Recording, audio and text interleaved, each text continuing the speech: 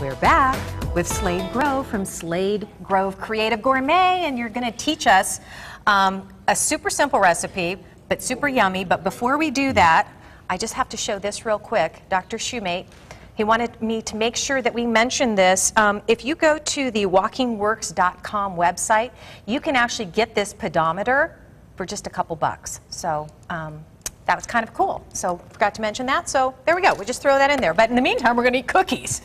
We're going to eat cookies. Well, you can incorporate the walking by parking a little bit further from the entrance of the grocery store. Yes, yes. Like out in the parking lot. I've started doing that because I know I'm gaining weight, so I park a little bit further away and walk further into the store. Yeah, but you know what? Here's my rule of thumb on that. I think that's a great idea, but because you use such clean ingredients, Yep. you know what? There's no harm in indulging in some dessert, especially if you're using the right ingredients. Correct. That is true. Everything is okay as long as it's in moderation if it is a clean ingredient. Yes. Like all natural butters. Don't use margarines. If you have margarines, throw them away. They're spun plastic.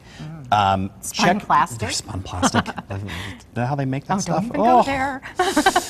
Crazy. You know, and your sugars, make sure you're using real cane sugar versus beet sugar, because a lot of manufacturers will actually use beet sugar in the sugar, and if it doesn't say 100% pure cane sugar on the package, it's probably beet sugar versus cane sugar. What's wrong with beet sugar?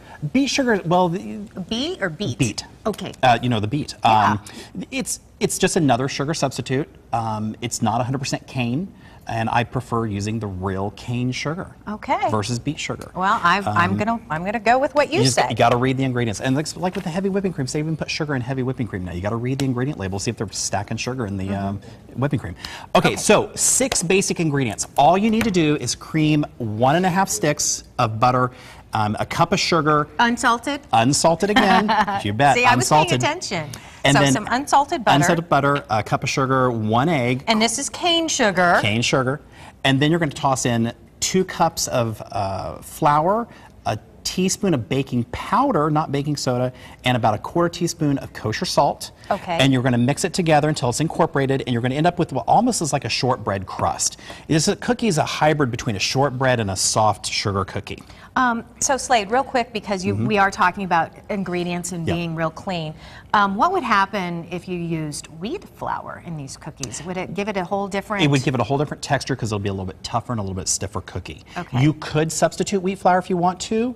I would actually add about another tablespoon of butter into it if you're going to use wheat flour, because wheat flour produces a little bit more gluten and forms a little bit stiffer. I've noticed that when I use wheat flour or try to substitute, because you know what, we're trying to eat healthy, it totally changes up the recipe and how you need a things little turn bit out. more moisture to help compensate. Good to know. Okay, so then all you need to do is I use a number 40 scoop, which is about 3/4 of an ounce scoop.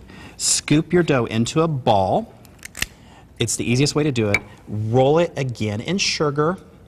I'm using sugar in the roll, and then place it on your cookie sheet. The important thing to remember is you're going to need about 2 inches of space between each dough ball, because these do spread a little bit as they bake because of all the butter in them. And then what you're going to end up with is this beautiful little basic cookie. Oh. Now the thing to remember is that on the edges, you just want them light brown. If you go dark brown, the cookies are overdone. Okay, because I would think, everybody's waiting for them to turn brown. Right, don't. You're going to overcook them if you do. You're going to overcook them, and you'll have a tough cookie.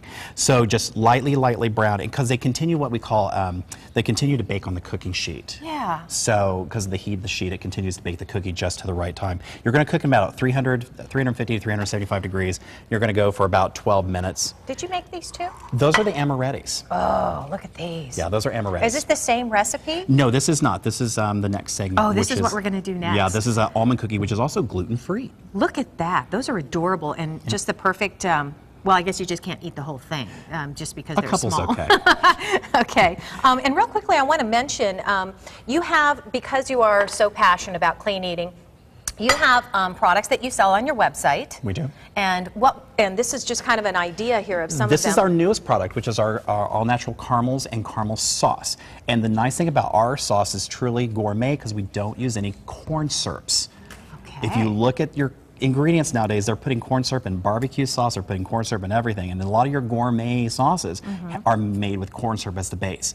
We actually use a simple sugar solution that we make and render down in the kitchen to make the thickness of the caramel sauce. Excellent. So an array of products, you can only find them on his website. So guess what? We have all the information of where you can buy those products at sonoranliving.com, and we're going to do those almond cookies. The amaretto cookies. Amaretto cookies coming up in just a little bit. Yep. Okay. Thank you, Slade.